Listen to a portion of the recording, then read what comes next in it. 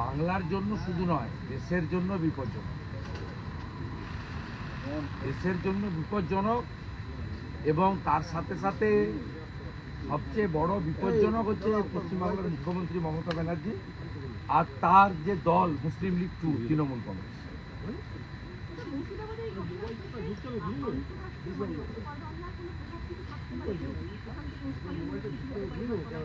ওপার বাংলা উস্কানোর দরকার নেই তো। ইউনূস আর মমতা দুজন তো এক পরিবারের সদস্য। ওখানে জামাত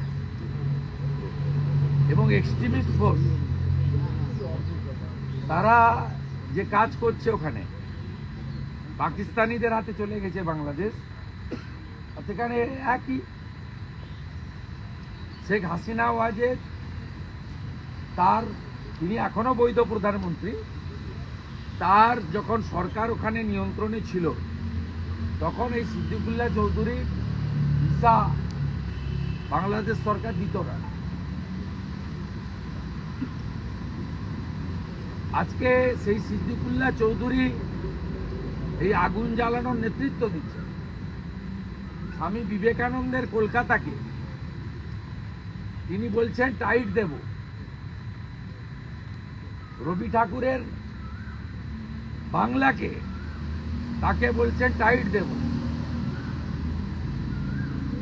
কল্লোলিনী তিলোত্তমা কলকাতাকে বলছেন টাইট দেব। বলছেন 50টা জায়গায় 2000 করে লোক বসিয়ে দেব। আগে জেলাতে টাইট দিই, তারপরে কলকাতায়। এই বিধানসভার রেকর্ডে বলে গেছে আপনারা মানে আমরা হিন্দুরা, আমরা 2 আমাদের 2, আর আমরা 2 আমাদের 4। আপনারা গ্যালারিতে বসেছেন। সেই শব্দবাক্য বিধানসভার কার্যবিবরণী থেকে বাদ গেছে, বাদ যায়নি। স্বাভাবিকভাবে আনসারুল বাংলা যেমন বিপজ্জনক, তেমনি তৃণমূল কংগ্রেসও ভারতবর্ষের কাছে একটি বিপজ্জনক রাষ্ট্রবিরোধী জেহাদিদের দ্বারা নিয়ন্ত্রিত ম্যান অর্গানাইজেশন পিএফআই সিমির ঘনিষ্ঠ সকল রাজনৈতিক দল, যাদের মেয়র মন্ত্রী দাওয়াতে ইসলামের আহ্বান করেন। যিনি কলকাতা মহানগরের মেয়র থাকেন, মমতা ব্যানার্জির ঘনিষ্ঠ বৃত্তের পাওয়ারফুল ক্যাবিনেট। শাসক দলের তরফ থেকে অভিযোগ করা হচ্ছে যে বহিরাগতরা এই এলাকায় ঢুকছে এবং বিএসএফকে রেখে দেওয়ার জন্য। শাসক দল টল কিছু নয়, ইন্টারন্যাশনাল নেতা বলছে, তার নাম আপনি বললে আমি বলবো না বলে এসব বলছে। ওদের কথার উত্তর দেওয়ার কোনো দরকার। শোভনদেব চট্টোপাধ্যায় একই অভিযোগ, বাইরের লোকেরা ঢুকে এই কাজ। আমরা সমস্ত তালিকা প্রকাশ করে দেব। সুতি, জঙ্গিপুর, ফারাক্কা, শামসেরগঞ্জ এই 4টি থানা এলাকায় যারা করেছে। এই একটা দাড়িওয়ালা লোক আছে নন্দীগ্রামে, আমার বিরুদ্ধে লিফলেট দিতে গেছিল, মানিক মণ্ডল। এই চিটিংবাজগুলো যেদিন জঙ্গিপুরে আগুন লাগে সেদিন দাঁড়িয়ে থেকে আগুন লাগানোর কাজ করেছে। 50,000-এর বেশি লোককে জড়ো করে আগুন লাগানোর কাজ করেছে। আমরা চাই এনআইএ দ্রুত মুর্শিদাবাদ দাঙ্গা হাতে নিক। আমি ধন্যবাদ জানাবো কেন্দ্রীয় স্বরাষ্ট্র দপ্তরকে। বিএসএফ এর সাথে সাথে 8 কোম্পানি ঝাড়খণ্ড থেকে এবং সল্টলেকে সিআরপিএফ এর ক্যাম্প থেকে, ডেল্টা এবং কোবরা, সেই স্পেশালাইজড সিআরপিএফ ফোর্স তারা কালকে পৌঁছে দিয়েছেন। আজকে সকাল থেকে ডিপ্লয়েড হয়েছে। আমার বিশ্বাস মুর্শিদাবাদ থেকে আপনি আর একটা ইটের আওয়াজ পাবেন না। বাকিটা যে জব্দ করার দরকার, এনআইএ আসা দরকার, 100 কোটি টাকার প্রপার্টি নষ্ট করেছে হিন্দুদের।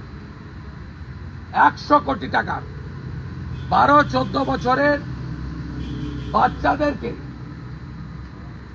উস্কে একাধিক হিন্দু লোকের দোকান বাড়ি, ভালো ভালো শপিং মল তৈরি করেছিল, ওষুধের দোকান, কাপড়ের দোকান, জুতোর দোকান, ঠিক বাংলাদেশ থেকে, বাংলাদেশ স্টাইলে এই চোরেগুলো ভিখারি ঢুকে ঢুকে লুট করেছে। 100 কোটি টাকার প্রপার্টি লুট হয়েছে সুতিতে, ডাকবাংলো মোড়ে, ধুলিয়ান টাউনে, জঙ্গিপুরে এবং শামসেরগঞ্জের একাধিক গ্রামে। আমরা এটা ছাড়ব না, এটা খুব বড় ইস্যু।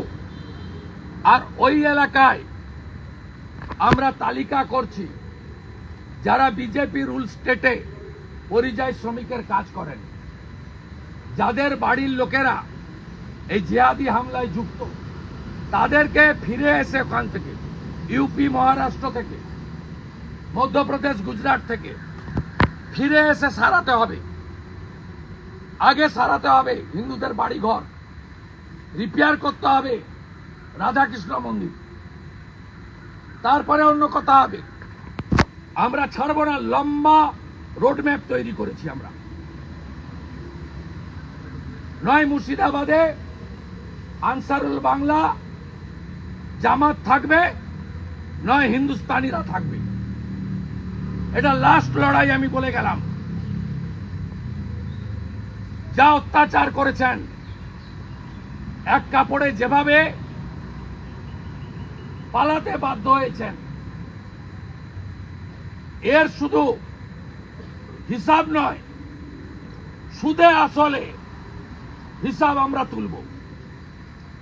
এবং বিজেপি রুল 20টা স্টেটে এই এলাকার যারা মিছিলে গেছিলেন সেদিন, তাদের যারা আত্মীয়রা হাজারে হাজারে কাজ করেন, তাদেরকে ওখান থেকে ফিরে এখানে এসে আগে রিপেয়ার করতে হবে।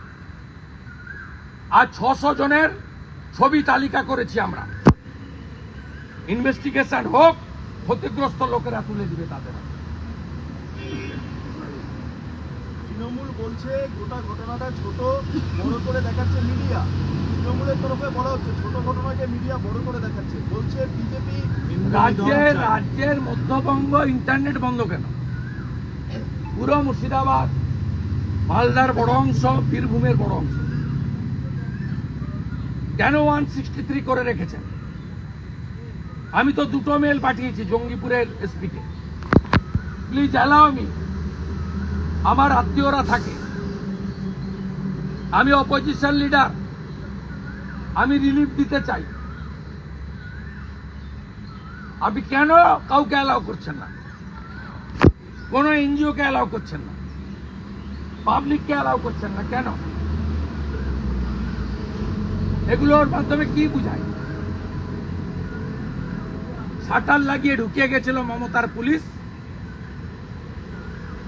দেখুন তো এই ছবিটা, এই ছবিটা দেখুন। মুর্শিদাবাদে পুলিশের সামনে গুলিয়ার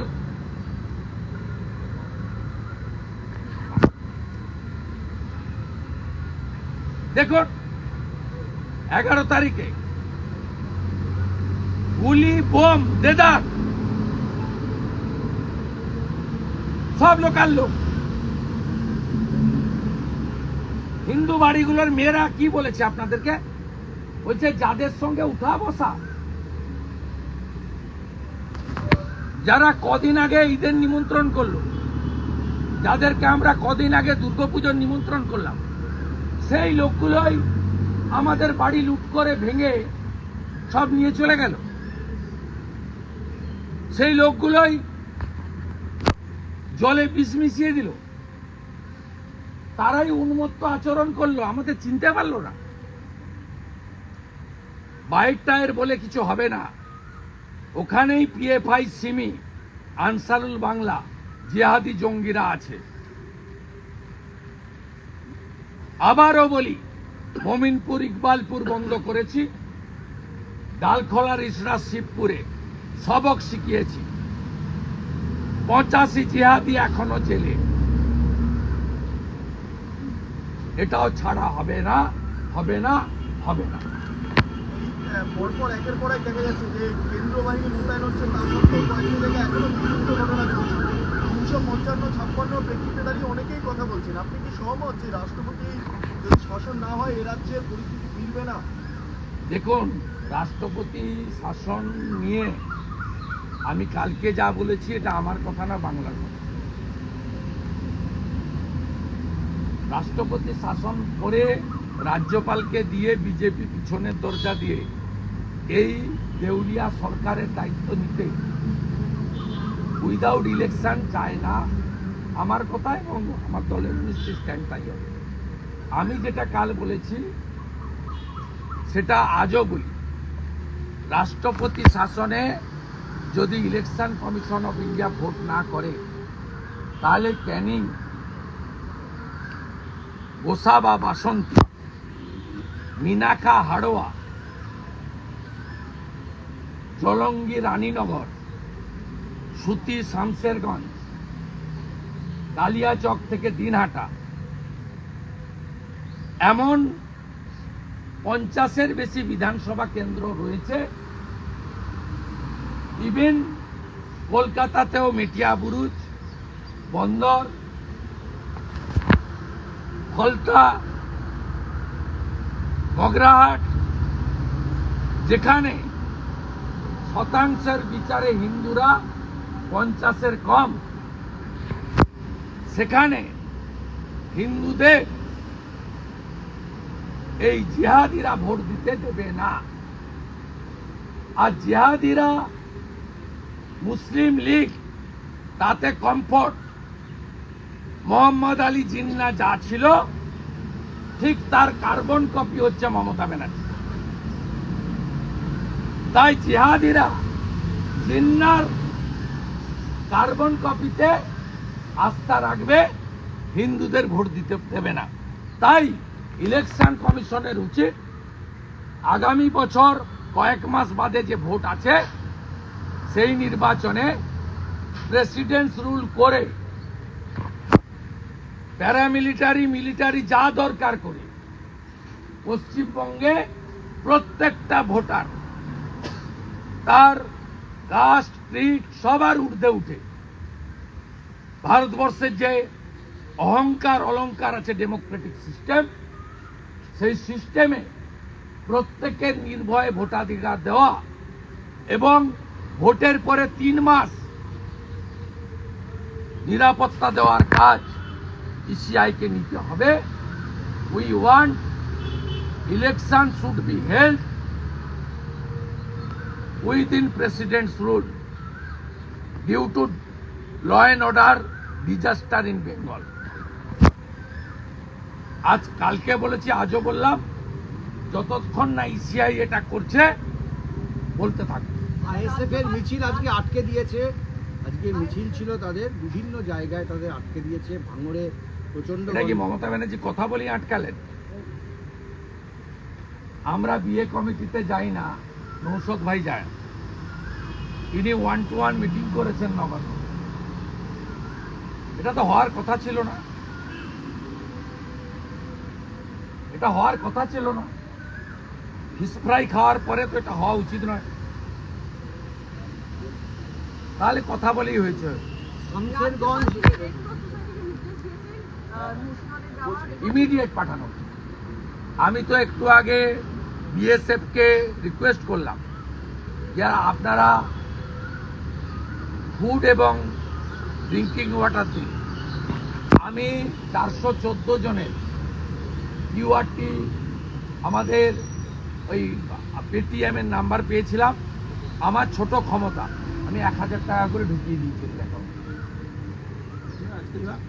যাত্রীহারারা দিল্লির উদ্দেশ্যে রওনা দিচ্ছে এবং তারা ওখানে গিয়ে ওই তৃণমূলের দালালরা যাচ্ছে। ওই মেহবুব বলে ছেলেটা নিয়ে যাচ্ছে তো, হ্যাঁ, যে মমতা ব্যানার্জির বন্দনা করছিল, ও সব ড্রামাবাজি জানা আছে। ও দিল্লি পুলিশ আছে, লাঠির সাইজ 8 ফুট। কিন্তু এটা সমাধান কোনো কিছু মানে সমাধান মমতার কাছে। যোগ্য তালিকা ফেলে দিন, সুপ্রিম কোর্টকে বলুন হুজুর যোগ্য তালিকা এনেছি, সুপ্রিম কোর্ট নিশ্চয়ই বিবেচনা করবেন। অযোগ্যরা বাকিরা, অযোগ্যদের জন্য মমতা জেলে যাক। যখনই যোগ্য অযোগ্য বাঁচবে তখনই প্রমাণ হবে অযোগ্যদের চাকরি দিয়েছে, নয় তৃণমূল করার সুবাদে, নয় টাকার বিনিময়ে। এরা অযোগ্য যোগ্য বাছাই করছে না এই কারণে কট হ্যান্ড ধরা পড়বে বলে। তাহলে গভর্নমেন্ট অ্যাডমিট করে নেবে যে তারা অযোগ্যদের সার্ভিস দিয়েছে, এটা একটা ক্রিমিনাল অফেন্স। সেই কারণেই যোগ্য অযোগ্য বাছাই হয়েছে। আপনি যেদিন মোথাবাড়ি গিয়েছিলেন সেই দিনই এই ঘটনাটা শুরু হলো। আপনাকে একটা মানে মারারও চক্রান্ত করা হয়েছিল, যেটা ইন্টেলিজেন্স সূত্রে খবর মিলছে। এ তো 200টা করে মেসেজ পাঠায় বিভিন্ন নাম্বার থেকে, বাংলাদেশি নাম্বার, আবুধাবির নাম্বার। তো কি হচ্ছে? না, আপনাকে রাস্তার মধ্যে পুড়িয়ে দেওয়ার একটা ও ছাড়ো, মারার। কি করবে কি করবে? তো ভয় করেনি কেউ, ভয় করার কোনো দরকার নেই, কারোর কোনো ভয় করার দরকার নেই। বাংলাদেশ যখন হচ্ছিল তখন এই একইভাবে চক্রান্ত ও চলেছিল। ছাড়ুন বাদ, ও করতে দেন। যেভাবে কুপিয়েছে হরগোবিন্দ দাসকে ও তার পুত্রকে, তা হিন্দু শহীদ যদি হিন্দু হন তা সবাই হরগোবিন্দ দাস চন্দন দাস ভেবে নিন না নিজেকে, যে আজকে ও হয়েছে কাল আপনি হবেন। না, আপনি বিরোধী দলনেতা, আপনাকে যদি ইন্টেলিজেন্স খবর পাচ্ছে, আপনাকে যদি মাঝ আমার এগুলো I am not interested regarding myself. আপনারা মোহাম্মদ সেলিম তৃণমূলের বিটিম, তার ছবিটা দেখান। সে বলছে শুভেন্দু অধিকারীকে গ্রেপ্তার করতে হবে। চাকরি চুরির দায় মমতা ব্যানার্জিকে গ্রেপ্তারের কথা বলছে না। এই সেলিম যেখানে মুসলমান আছে বেশি দেখে দেখে ভোটে লড়তে যায়। রায়গঞ্জে গেছিল, একবার জিতেছে একবার হেরেছে। তারপরে চণ্ডীতলায় দাঁড়িয়েছিল, পরপর 3বার হারা হয়ে গেছে। 19-এ রায়গঞ্জে হেরেছে, 21-এ চণ্ডীতলায় হেরেছে, ওখানেও 40% মুসলমান আছে, ওই দেখে গেছিল। তারপরে আবার দেখলো মুসলমান কোথায় বেশি আছে, মুর্শিদাবাদ, সেখানে গেছে, সেখানে আবার হেরেছে। এই হচ্ছে সম্প্রীতির নেতা। দাঙ্গাবাজদের রুখে দিন, ইনকিলাব জিন্দাবাদ। প্যালেস্টাইনের জন্য ইনসাফ মিছিল হয়, হরগোবিন্দ দাস চন্দন দাসের জন্য সেলিমের ইনসাফ মিছিল এখনো দেখতে পাওয়া যাচ্ছে না।